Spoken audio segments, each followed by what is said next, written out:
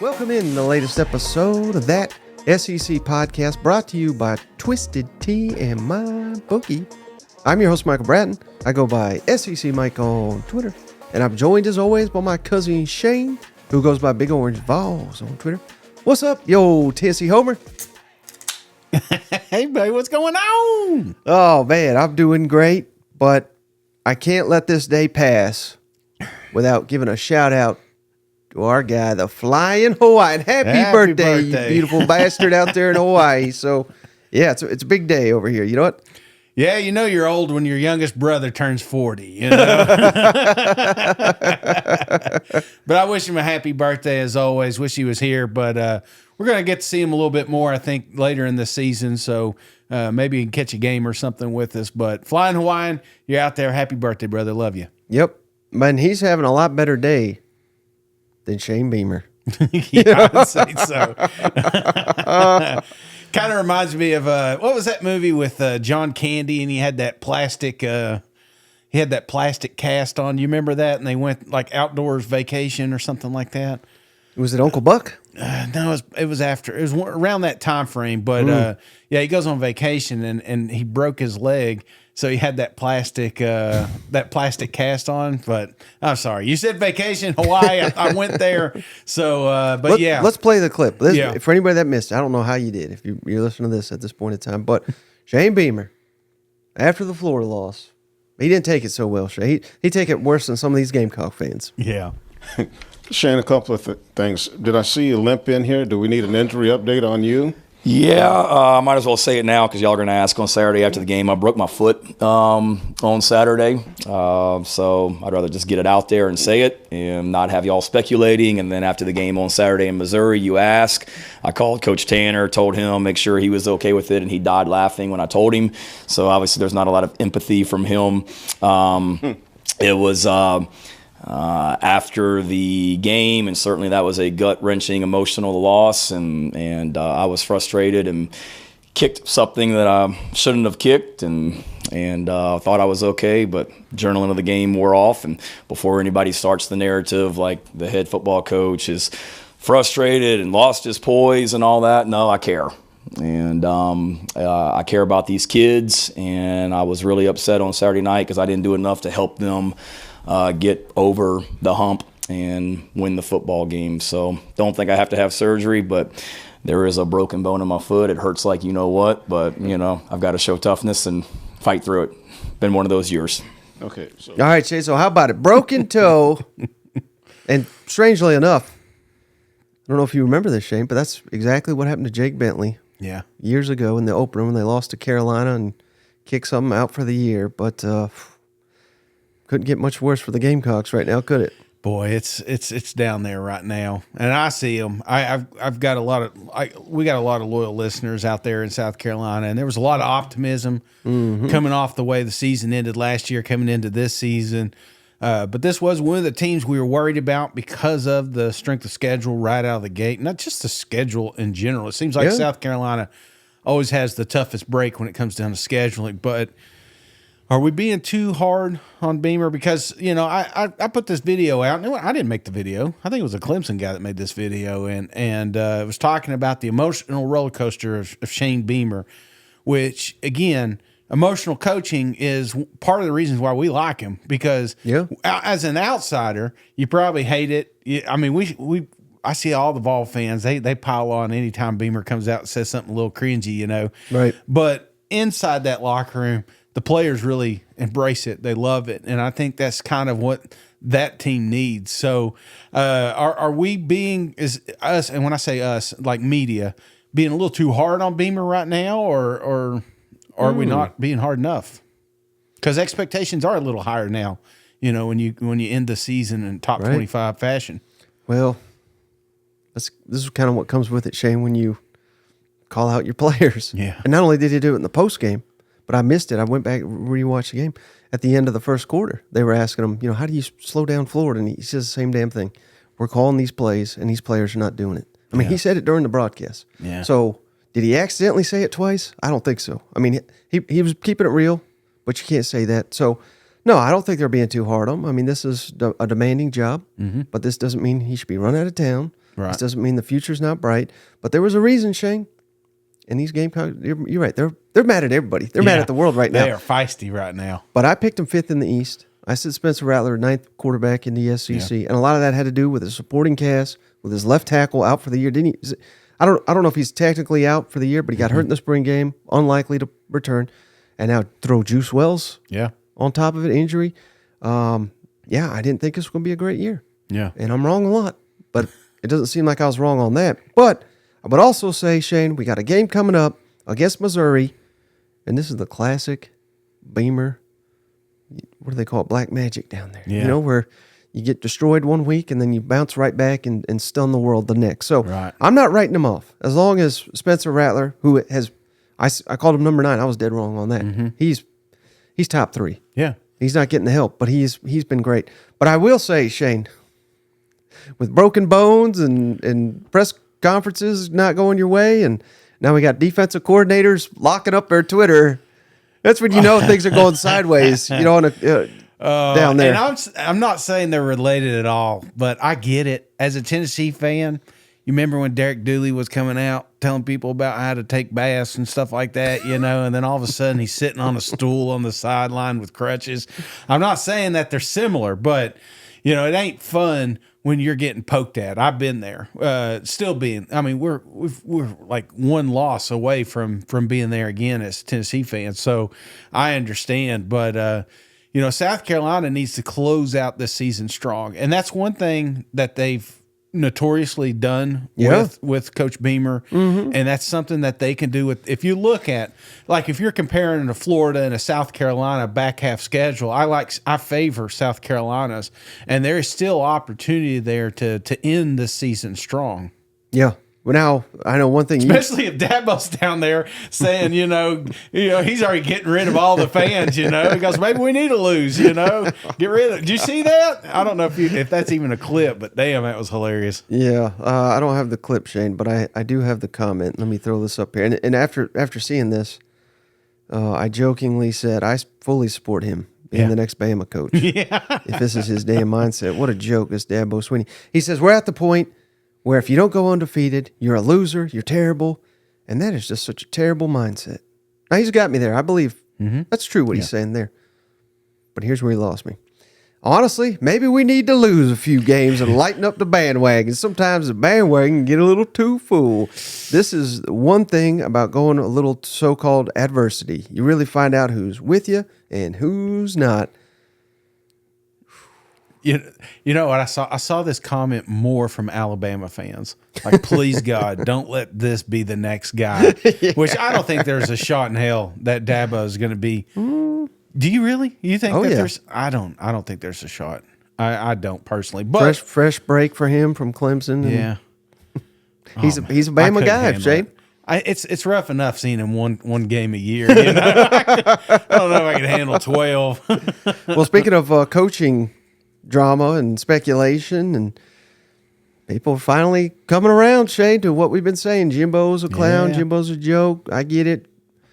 You know, they could still go 9-3. There's people still think that can happen. I don't understand what the hell they're thinking. But, I mean, where are we at here, Shane, with Jimbo? You're totally done with him? You think he's got a chance to save his job? No, he's done. Wait. Before you even answer, let me fire him, Mike. Let me roll down the schedule here. So we just lost to Tennessee. South Carolina at home. Yeah. They're hurting. But that's in 2 weeks. You got 2 weeks. You got time to rest. At Ole Miss, which you can't beat ever under Lane Kiffin. Mississippi State at home, which beats you regularly. Yeah. Abilene Christian. Never heard of it. Just kidding, I haven't. And at LSU. If he doesn't win out, I think he's going. Yeah, I think he's done regardless. I don't. You know, you've been with him for what, 18 years now, and it's not going to happen. So I feel like that this firing's going to come at the end of the season. Right. And I'll throw this up on the screen, Shane. But remember, we did our win-loss toss, and I just want to call attention to this, Shane, because for A&M up at this point, we had 4 wins, and we had 3 tosses. Yeah. The tosses at Miami, Bama, and at Tennessee. And he's lost every damn one. Yeah. And this is the problem. You can't be losing all these toss-ups. Right. You have to win some. Now, we had at Ole Miss as a toss, so maybe he can win some favor back. But the only one we had as a surefire loss, which it may not be, but at LSU. I mean, that's going to be one hell of a tough game to win, considering you whooped them last year. And they may be playing for a right to go to the SEC championship. So you ain't going to catch them not fired up for that game. But just the main point that I'm trying to make, Shane, is, again, say what you want about Jimbo, but if you're a good coach, you don't lose every damn toss-up you have with a better roster than many of these teams were called toss-ups. Yeah, no, and I think that's kind of where we're at. Year 3, okay. Year 2, okay. If you don't win some of these tosses, we can make excuses.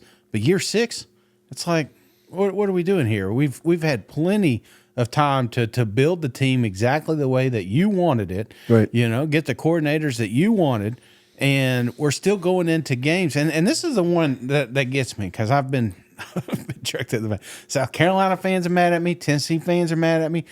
I never said Tennessee was overrated. Tennessee's not. But if you would have switched these coaching staffs like at half and said, hey, listen, you go to this locker room, you go to this other one, Texas A&M would have won the game, because I think it's more of a testament to how good the coaching staff is in Tennessee. They're getting more out of less.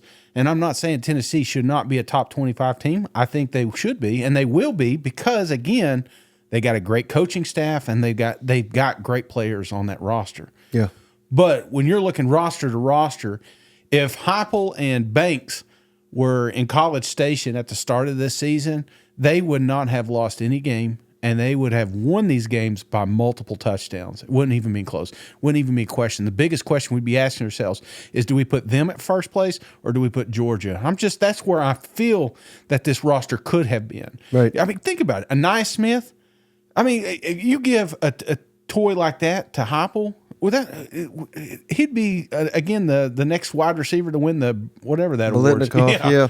You know what I'm saying? That's just where I'm at. So I'm not saying Tennessee's bad. I'm not. I'm saying we're getting the most out of Tennessee right now, and I think that's a testament again of the coaching and the players. But what Jimbo has done to that program is just criminal. You know what I'm saying? We're Right. at a point at this season that we're still making excuses for him, and we're getting out here and blaming injuries. Everybody gets hurt. You know what I'm saying? We got injuries all over. Look, South Carolina riddled with injuries. So, no, I'm out on Jimbo Fisher, and they have everything you need to be a successful program. They got it. Like if you were building it on a video game. Yeah, I'm glad you said that, because this is not an anti-A&M argument. No. This is get a quality coach. Yeah. And let's say that job does open. Short of Nick Saban retiring. Yeah. Like he's going to do in a couple weeks here. But short of that, I mean, there's not going to be a better job than Texas A&M. It's a top 10-ish, maybe 12 at worst. But it's one of the few that today you put a quality coach in there, he's going to have every single thing he needs to win a national championship. And they have given Jimbo everything he's asked for. Right. And he's come short. So, and to that staff and those boosters and everything like that, it's not like they've just gone out here and hired a lot of no-names. Right. They have attempted to hire successful coaches. You go back to Sumlin, you go back. Jimbo, again, a national championship coach. It's not like they're putting all their eggs in a question marks basket. They're trying to find the leader, and it's just they got tied up with this one. And I mean, it's just too much money involved, too much guaranteed money involved, and I get that. But every year it's less and less, and the less money, there's less patience that you're going to have down there in College Station. Mm-hmm. Our gas price is about to go up, so they can fire a new damn coach down there. You know what I'm saying? We're about to all pay for this next coach. All right, how about big game? Let's preview some of these games, Shade. I know we're fired up for this Tennessee at Alabama game. Yeah. We already got trash being exchanged from Alabama, Shane. Let's kick it over to Jalen Milroe. He's already got his cigar for this damn game, Shane. you mentioned learning more about the rivalry this weekend. Cigars are a big part of it from the fan and players' perspective. Like when you're kind of an underclassman, are you noticing in the fourth quarter maybe some Alabama fans starting to light them up in the fourth quarter? Like, can you smell it? Like, recognize it while you're on the field? Yeah. With the time I've been here, the rivalry is, I'm learning more and more about the rivalry. And I'll say, like, to success, that's like the cherry on top of just smoking, having that cigar at the end of the game. And there's no better feeling, to have that. But it's going to be great for us. We got to, take care of some little things before the game starts. But, yeah, that's something to be excited for sure. All right, Shane. So, hey, I mean, I like the confidence. And he's been playing better. And I don't even think it's debatable. He's better than Joe Milton, or at least he has been. Yeah. So I get it. Playing at home, revenge. But how do you think this is being received on Rocky Top, these comments? Not good. Not good at all. The only thing is I wish it was at home again. You know what I'm saying?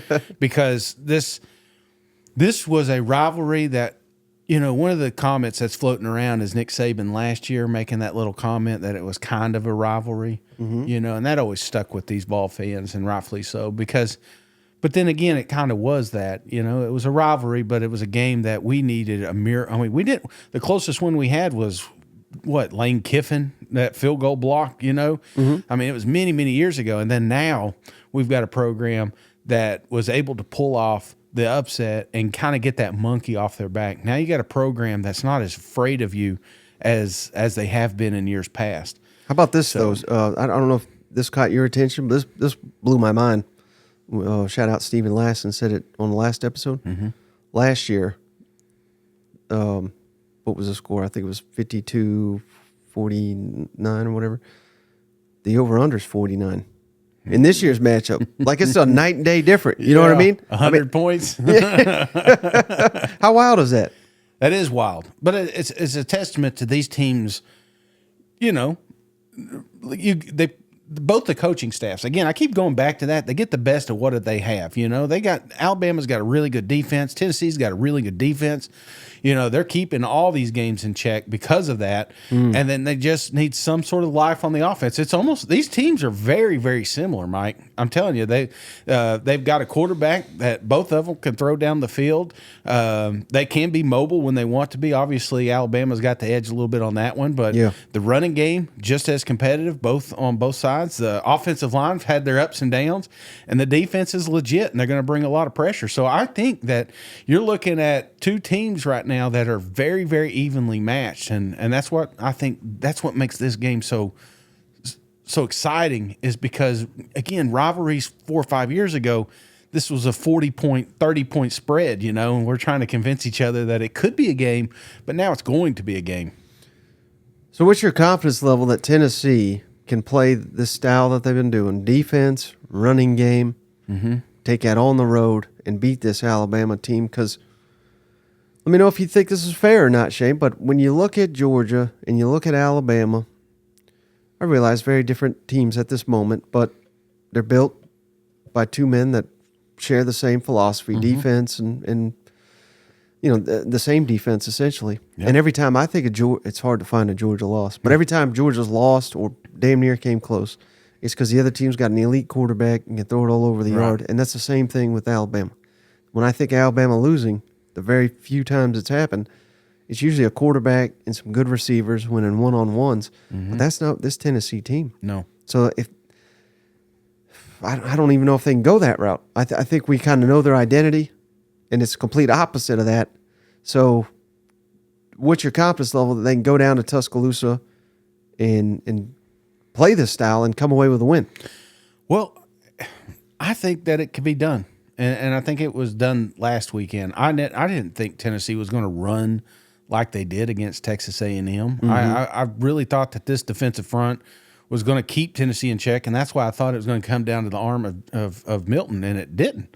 We didn't even need him to throw the damn ball. What he did, 100 yards? So I think there's still going to need to be some of that in this game, but I don't know, man. This rushing attack Tennessee has is just – it's the best right now, and it's a three-headed monster, and these guys are all fresh when they come in there, and they don't want to come out. They know if they don't get a 10-yard run here that someone else is going to come in. So this is angriest running back room. That's one of the best part. That's my favorite part about this whole squad is just how freaking angry those running backs run. They don't want to be tackled. It almost pisses them off if the first guy gets them. And that's why you're starting to see all these yards after contact with Tennessee. It's impressive. You don't think Alabama's going to be keyed in and locked in just for that, though? They are, but Alabama doesn't think this is going to be a game because, again, why would they? This is Alabama. That's why they come down here. When they were being recruited to this school, they were beating the shit out of Tennessee at that time. You know what I'm saying? So I think there's that narrative that's going on. That's why you got the quarterback coming out here saying these comments, and you don't think it's getting back to Tennessee's locker room. And I'm not saying that this is a dead heat even matchup. Obviously, Alabama off these recruiting websites has a lot more stars than Tennessee does. But with what Heupel's been able to get out of Tennessee, they stay in these games. You know, the Florida one's the only one that just kind of sticks out there. But you could say that about South Florida with Alabama. There's one or two games that wasn't characteristic of this team, but what they've been able to do here lately, I think that's going to make this game so damn competitive. Now you're talking up the Vols.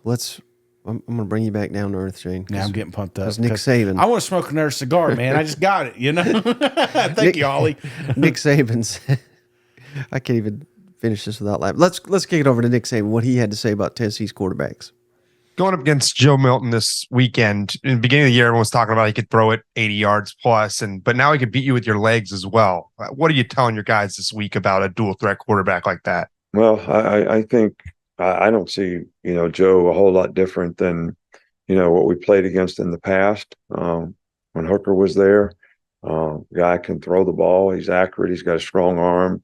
He can make plays down the field, which, they take a lot of vertical shots, and he certainly has the capability of making those plays, but he's also athletic enough to extend plays in the pocket and run if necessary. So, don't tell them anything different than any other time you're playing a quarterback. You can't get pushed by the quarterback.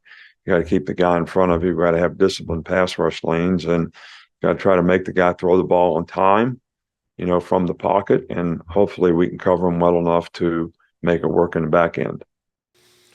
All right, Shane. So I don't know. He's not seeing much of a difference between Hendon Hooker and Joe Milton. One's a little taller. How would he? His eyes are bad as mine, All right. So I guess I have to ask you this though. What does Joe Milton have to do in this game for Tennessee? I'm not talking about being competitive, because it sounds like you're a man that's not expecting a win, but not surprised. I don't know how to put it, but what does he got to do to win this ball game? Run the football. I know it sounds easy. It sounds like a simple, even Joe got to run the football, because there's been no threat of that. In fact, Tennessee's rushing attack really took off there at the end when they put some plays in, and I would guarantee that it was guaranteed runs. You know what I'm saying? Like, hey, we're going to make Joe run. And then if he can kind of loosen up, because again, you're going to have to throw it deep. There's going to have to be a little bit of that to stretch this field, but you also stretch the field with Joe being mobile, which is something for some reason, it's so frustrating, because he is a big, fast back. They had him on that stat. I don't know if you've seen that when he was running down the sideline. What game was that? A couple of games ago. Was that UTSA? Yeah, and they had the speed on it and something like that. Who's the fastest speed that was clocked that week? It's like, Joe's got legs, you know what I'm saying? He can get going, and he's 6'9", 285 pounds, He's built like a brick house, just fucking go, man. I don't understand. Sometimes to beat a team like Alabama, you're going to have to be the one. You're going to have to be the reason the chains move. Right. So if you need 3 yards and these running backs can't get it, and you can't find a receiver, guess what? Your big ass needs to get it. You need to get the 3 yards. And Joe has the ability to do that. He just hasn't unlocked it for some reason. That trigger, like that flight or fight, and he's got the fight, because when he does hit, sometimes he gets up and he's pumped up, Yeah.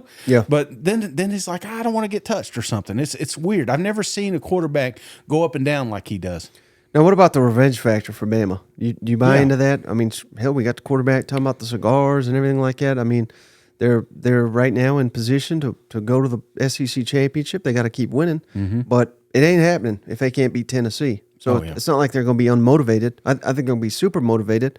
And these fans, I mean, I think to your point, like Nick Saban and company, they kind of forgot this is a rivalry. Yeah. They don't forget anymore after seeing what those Tennessee fans, celebrating. So I will say this: it's like the games lately that they get up for. They come out playing. When they got up for Ole Miss, you saw them celebrating after that. When they got up for A&M, they celebrated. Arkansas, they kind of limped into that one, and that's kind of what you want as a Tennessee fan, is for them to just expect to win and roll over, have the balls roll over. But having your head honcho come out here and make comments about the cigars and stuff like that, there's buzz in that locker room. Nick Saban wants this. That hurt him. There's 2 games that hurt him last year, and that was Tennessee and LSU. And he's begging the College Football Playoff Committee to let him in, Well, they're not going to do that. They're not going to do it anymore, You lost to Texas. You can't lose anymore. You've got to win out. So, Yep. Joe's a pretty confident guy. Did not play his best game the other night. How is his confidence now? Do you feel like you need to boost him up at all, or does he need any of that? I mean, I think, when you don't play your best football, you got to be able to wipe it clean. When you play your best football, you got to be able to wipe it clean too. And at the end of the day, have a routine that takes you to kickoff so that you are putting yourself in a consistent position to go play your best. Joe's been really mature in how he has prepared. There's some things fundamentally that he's done really well that he didn't do in the last one. We got to be a little bit better in the pass game. That's him. That's the wideouts. It's everybody. All right, how about this one, Shay? This is called the must-win bowl over here. Mississippi State at Arkansas. Yeah. 2 coaches desperate for a win. These 2 are 0 for 7, Shane, in SEC play. Yeah. We got to get one. And I've been saying it, Shane. I think there's an excellent chance the losing coach is not going to come back next year. I think that's fair to say. Yeah. Because this is bowl hopes on the line here. So Mississippi State coming off a bye. We still don't have. They're keeping it coy. Will Rogers. And I think that's smart. They're not going to say because that now Arkansas's got to prepare for Mike Wright. They're so different. So why give that away? But I think he'll play. But I'm not basing that on any inside knowledge. So I don't even know. I don't even know who's going to start for Mississippi State. But thoughts on Arkansas? You lose 5 in a row, but you're competitive. I mean, this is gut punch after gut punch. Can they get up off the mat and get this win? Well, I don't know. I'm not asking you to predict the game, but how do you see this one playing out? Mississippi State at Arkansas.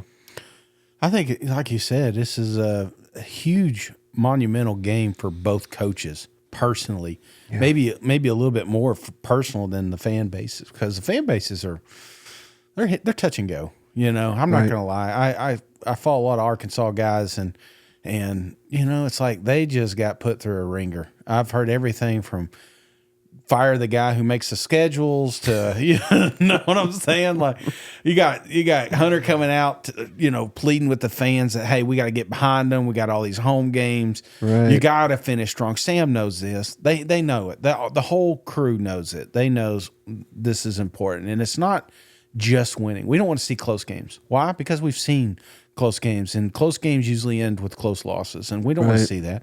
Arkansas needs a big win. You know what I'm saying? They need to come out here and absolutely destroy Mississippi State. But so does Mississippi State, because you asked Arnett, is he done? No, Arnett wants to stay here for years. He wants to be the next best coach that they're talking about retiring in the SEC. Right. And to do that, you're going to have to start winning these games. You got a wounded pig coming in. You know what I'm saying? You have an opportunity to put it down. So this is going to be a wild game, and I'm not touching this. I'm not telling you I'm Morristown Honda and anything right now, but by gosh, this game may be sponsored by them by the time we get there Saturday. Right, and I think it's natural to think that Arkansas, Sam Pittman's out here saying we have to win it. We must win this game. There's the pressure, not only pressure, but 7 games. Or 8 games, I believe. Yeah, 8 games in 8 weeks for Arkansas, whereas Mississippi State's coming off a bye. So, advantage Mississippi State there. Again, the uncertainty of who's going to play quarterback. We'll see what wrinkles they throw out after their first bye week. This Mississippi State coaching staff, who knows what they come up with.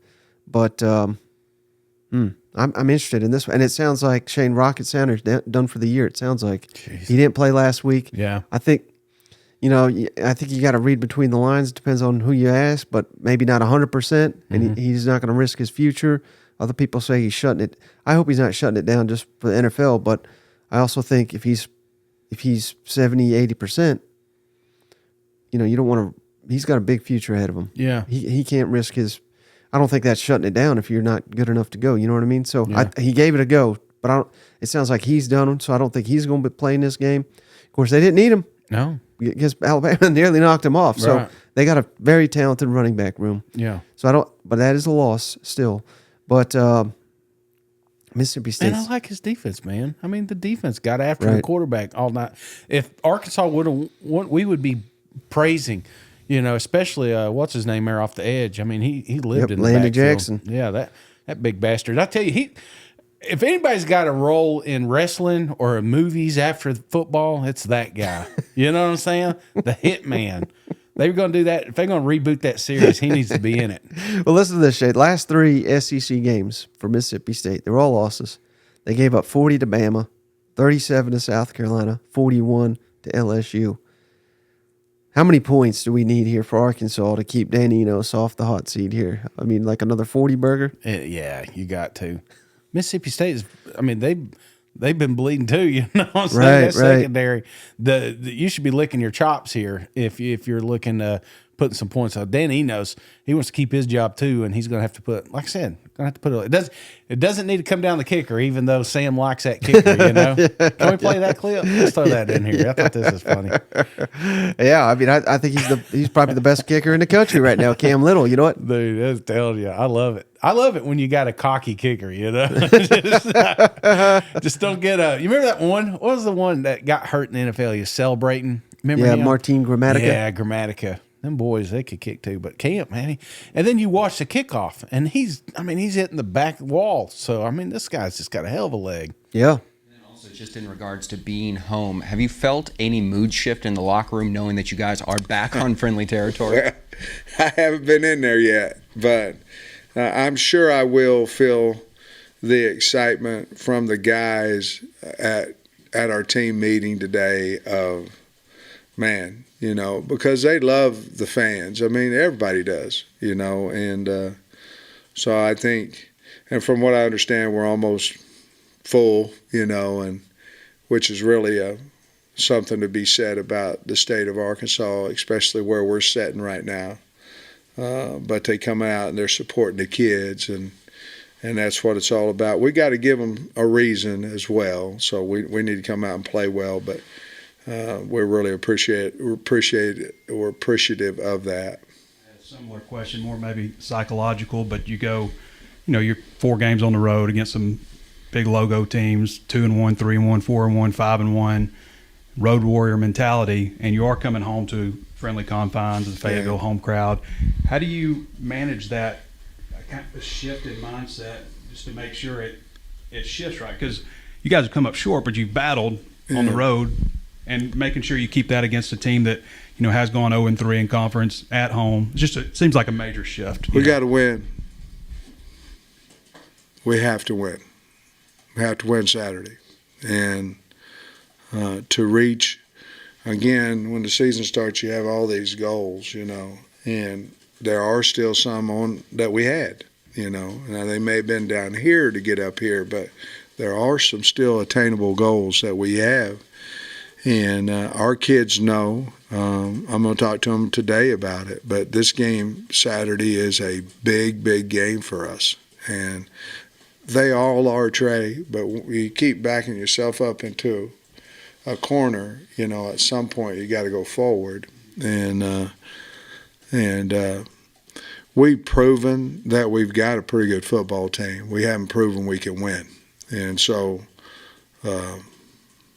we've got to do that Saturday. I think our kids understand that.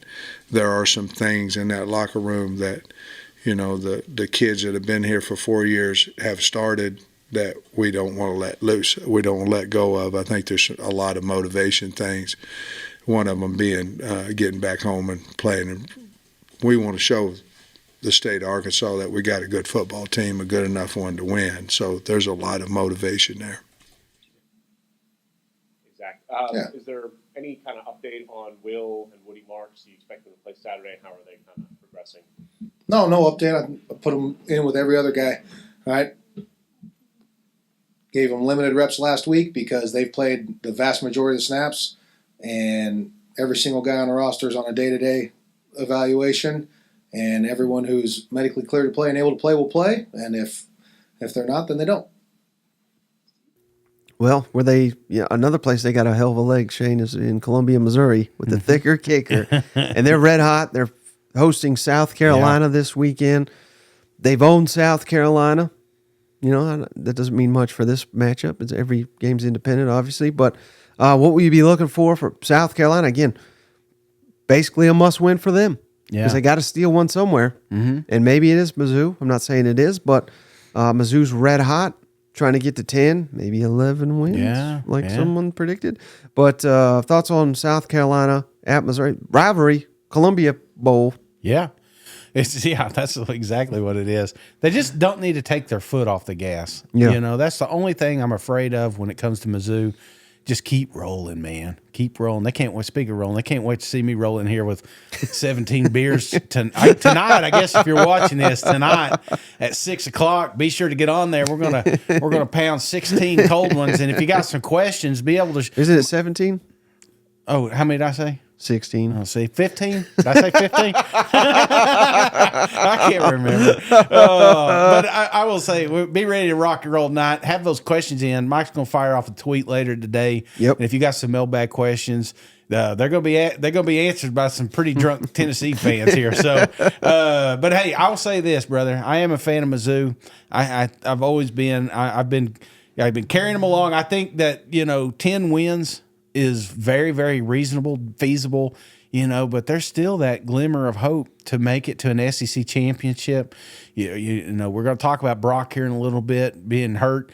That's a big one, and that's going to impact a few of these games. So I'm not saying it's going to maybe help this weekend, but it may come in play because Brock was a guy that I had, as a Heisman candidate, and my only criteria was if you remove this player, it would be detrimental to that team. So we're about to find out, Mike, how detrimental it is to the Georgia Bulldogs. But that's the key. Now, on the other side, South Carolina, we said this last year after they got shellacked by Florida Gators. Yeah. They were in the ditch, put them down. They are done. And then all of a sudden, that second half, they woke up. So that's what they need, man. They just need, I don't know if it's a team only meeting or something, but they need to rally from within and try to make a strong run here at the end of the season.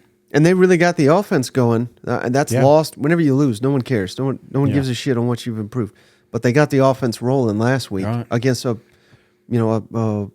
defensive efficiency. Florida was number 5 in the SEC. They scored 39 on them. Well, 30. Well, whatever. But they scored on Florida. And they scored enough. When you score 39 at home, you should win. Yeah. If they can get Spencer going, and that's the one thing about Mizzou, Shane, that lost in all this hype, which they deserve. They deserve all of it. But the defense, they have not lived up to the billing. Not yet, anyway. But I'm not saying they're awful, but they were a lot better last year, I thought. Yeah. And what if Spencer gets hot? Like, they get the running game going. Yeah. I think South Carolina can really make this competitive. I think it's going to be a 4-quarter ball game. What's the over under on this one? Should be a lot. It's a 7-point spread, 60 point over under. You like offense? Yeah. You hate defense? This is not you like defense. This ain't your game. You can't really tweet the coach now because he went silent, radio silent on Twitter. That's never a good sign when your coordinator goes private. You know what I'm saying? Seems like every year about this time, one of the South Carolina coordinators are ghosting. So, but I get it because if South Carolina pulled this upset, they'd be sitting at 3-4. No one's happy about 3-4, but how much goodwill would that buy Beamer and company? This would be a hell of a win over a 6-1 ranked Missouri team. That remember last year, Shane. I think there's some bad blood here. Yeah. There's bad blood all over the SEC. Yeah. South Carolina was ranked, and in comes Mizzou and ended that very quickly. That I was think I locked that game. I think you did. I think I did. Yeah, boy, that place was rocking. So, but they took the wind right out of their sails. So this is a game.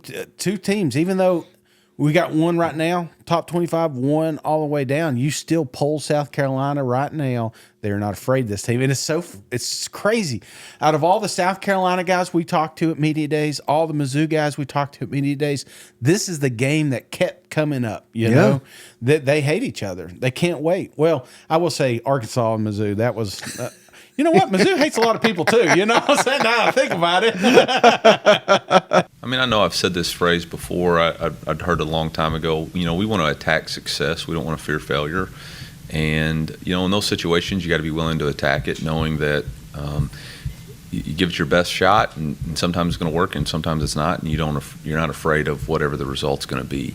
And in that game, in that situation, we know we had scouted the situation. We know we had practiced it well, and we knew we needed a spark. And, you know, our guys stepped up and delivered.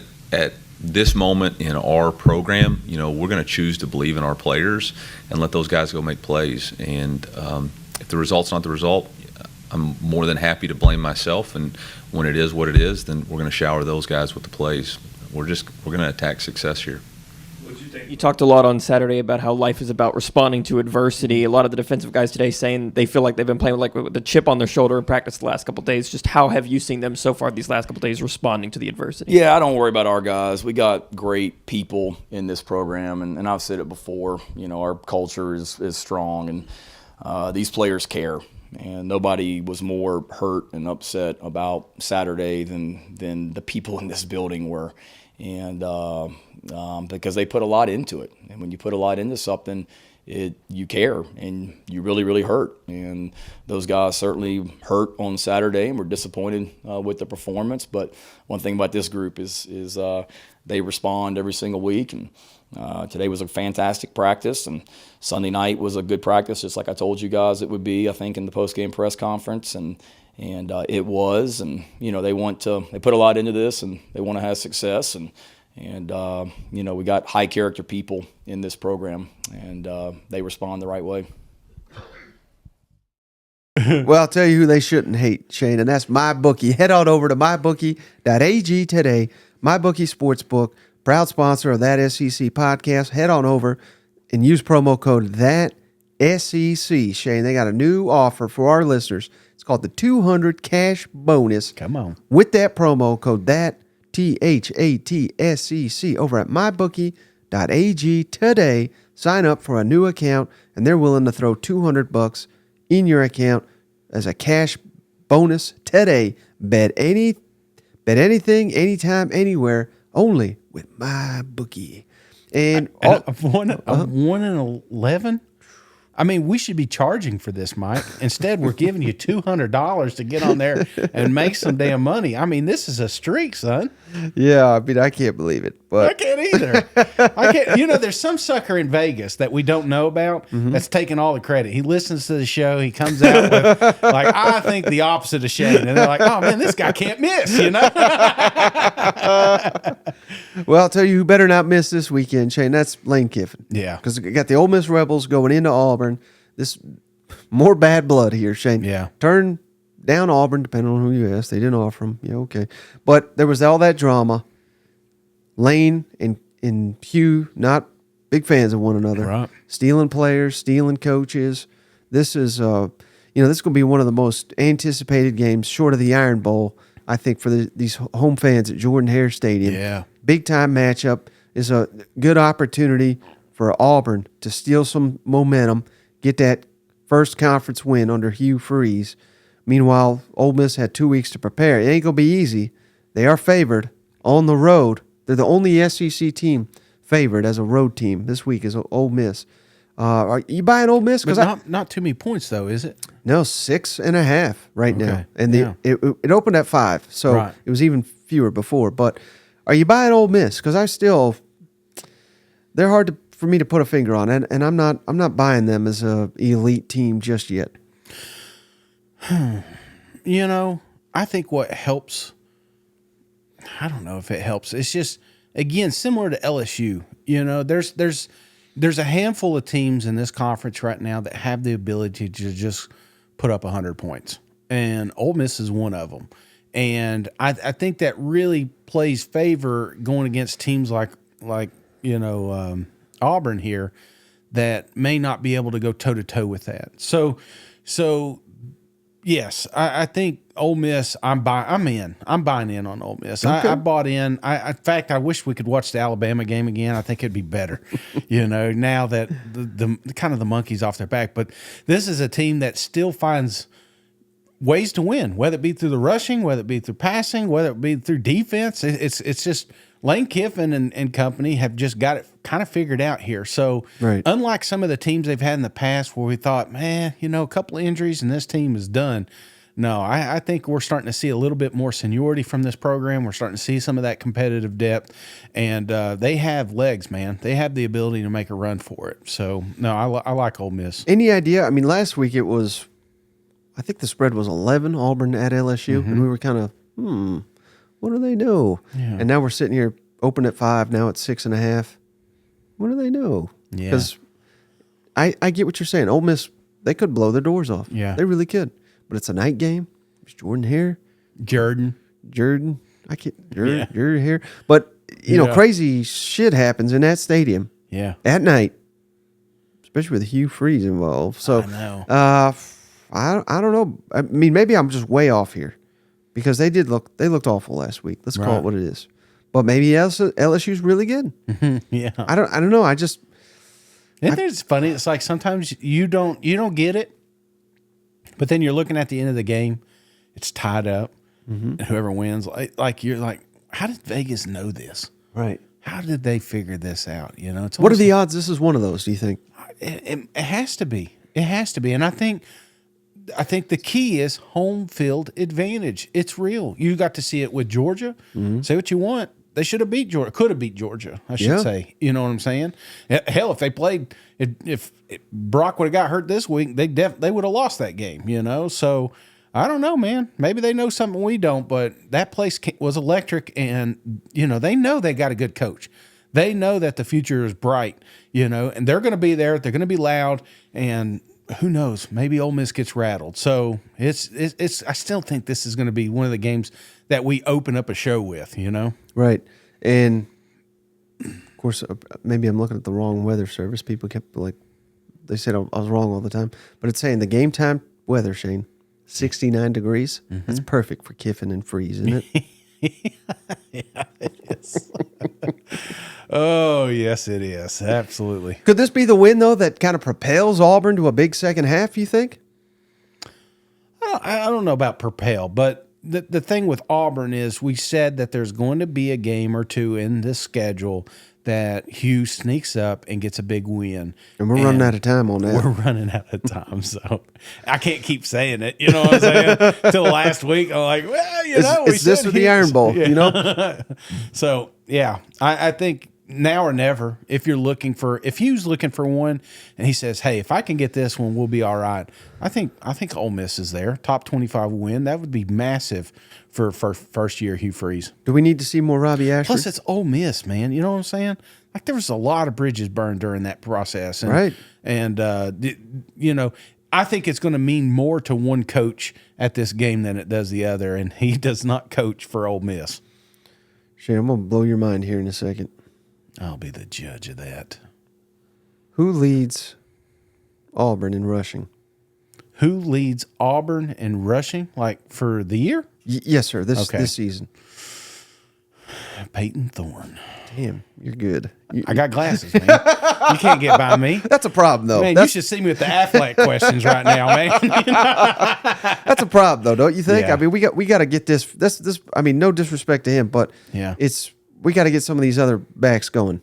Oh, yeah. Well, you got arguably one of the best in the country back there, and I don't know why we're not figuring that side out. But again, if there's no threat to throw, then that's your threat. The only quarterback threat you got is them running the ball. Right. Hey, let's put 3 deep and then open up some running lanes for our quarterback. That's kind of seems like the recipe right now. But we really need, I think the running game will open up if we could find some downfield passing. But again, what week are we in? You know what I'm saying? We may not have it this year. Yeah. Lane, you mentioned Auburn being a different team at home. What makes that the case in your mind? I don't know that answer. I mean, the analytics support it, certainly. You can see our record there. We like breaking records and doing things. So someone said, if we win this game, it's the first back-to-back wins against Auburn in 71 years. So that's a pretty exciting thing to be able to do. I just think that place, haven't played it here, haven't played it at Alabama, just sometimes has kind of some magical things happen in it. That they're always sold out.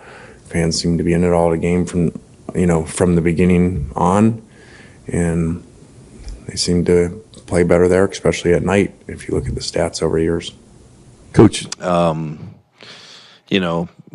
Offensively, we've obviously, it's well documented. We've struggled to be consistent, and we had 4 possessions in that game to cut it to a 1-score game. Not saying we would have won the game or what would have happened, but it certainly would have given us confidence and momentum. And we had 3 before the half and 1 right out of the half, and we found a way in 3 of the 4 to kill the drive. And I say we found a way. That's coaches and players. One of the 4, give LSU total credit for that, but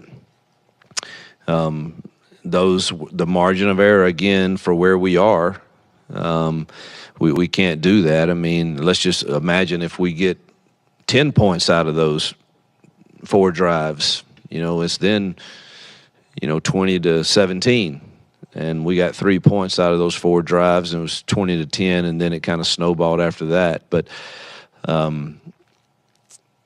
we'll continue to try every personnel to make sure we're playing the best kids. I think the plan was good. Awful start. I don't think that helped. With the first possession going like it did, I thought that we looked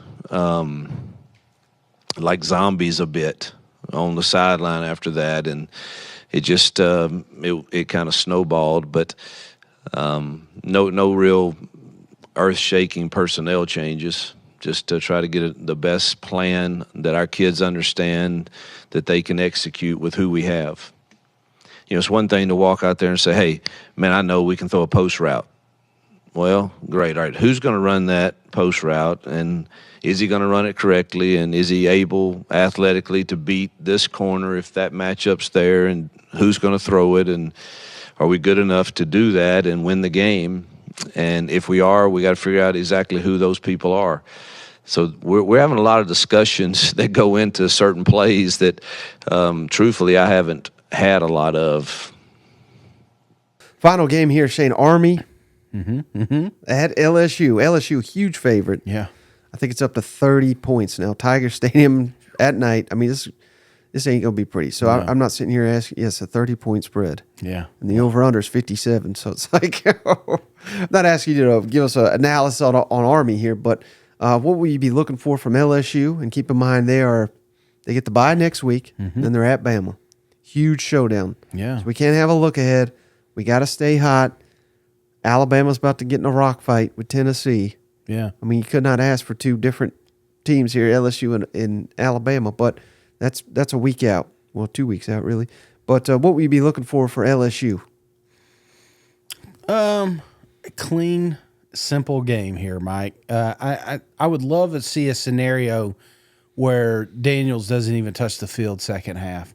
Because you're right. I mean, you look at Georgia. You miss. I mean, if he goes down, and I'm not saying that's happening. I'm not trying to put any evil on anybody, but you put Neighbors down. You put some of these guys that you're going to need the following week after that bye. That's what I'm looking for. Is just, hey, go out here, knock this thing out early. Tell Jay not to run. He cannot come outside the tackles there, and just call it a game. I'd say it. I don't want to talk about this game. I just want to talk about how easy and boring and no stat. I mean, this should be the last game we talk about next when we meet Sunday. Monday. Yeah. Well, I'll tell you one thing though, Shane. I really want to see from this. I want to see the defense keep getting better. Because they had strides. Yeah. And there's nothing they do against Army, people are going to be like, they're back, baby. They limited Army. That's not the point. But the point is, under Brian Kelly, we have seen in his 1 year, and I think fair to say in this year too, they keep getting better as the season goes on. And I think we need to see that defense continue to make strides because the rest of the schedule is a gauntlet.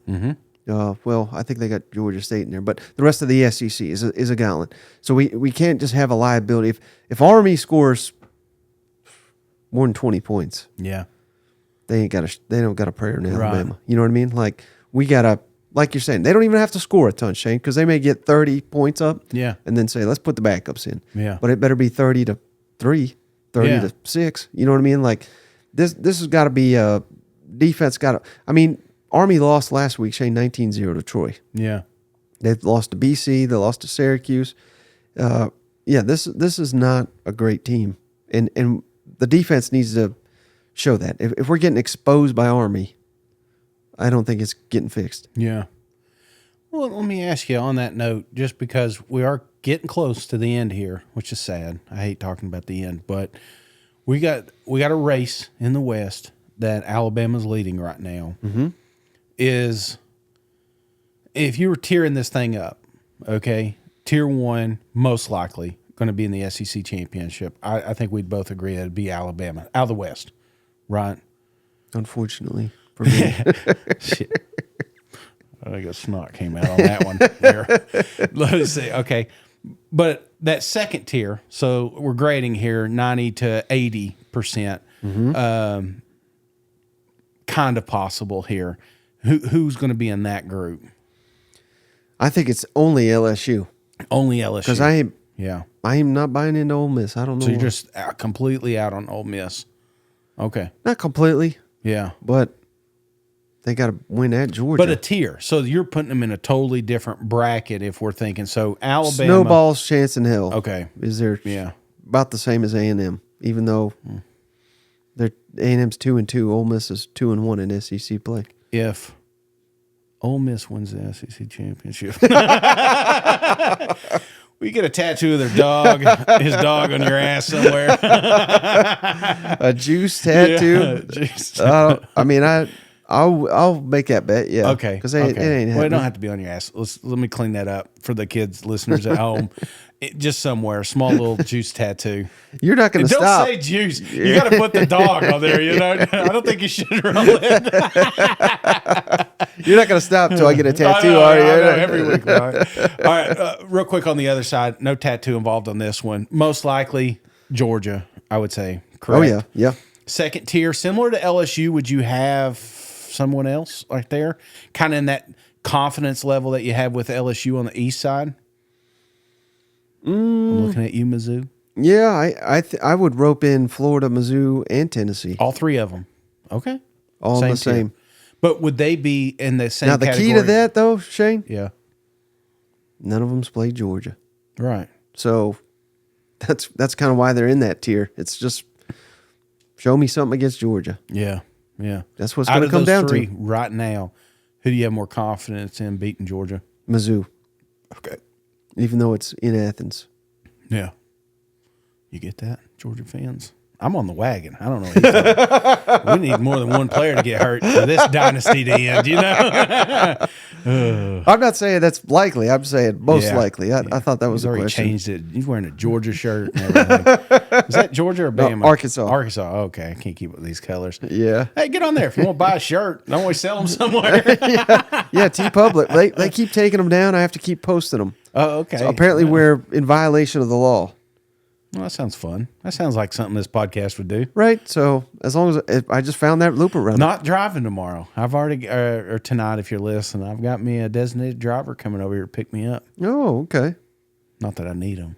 Just kidding. I do. Don't drink and drive. That's terrible. That's terrible. That's stupid. So remind the folks one last time. What time is this going down?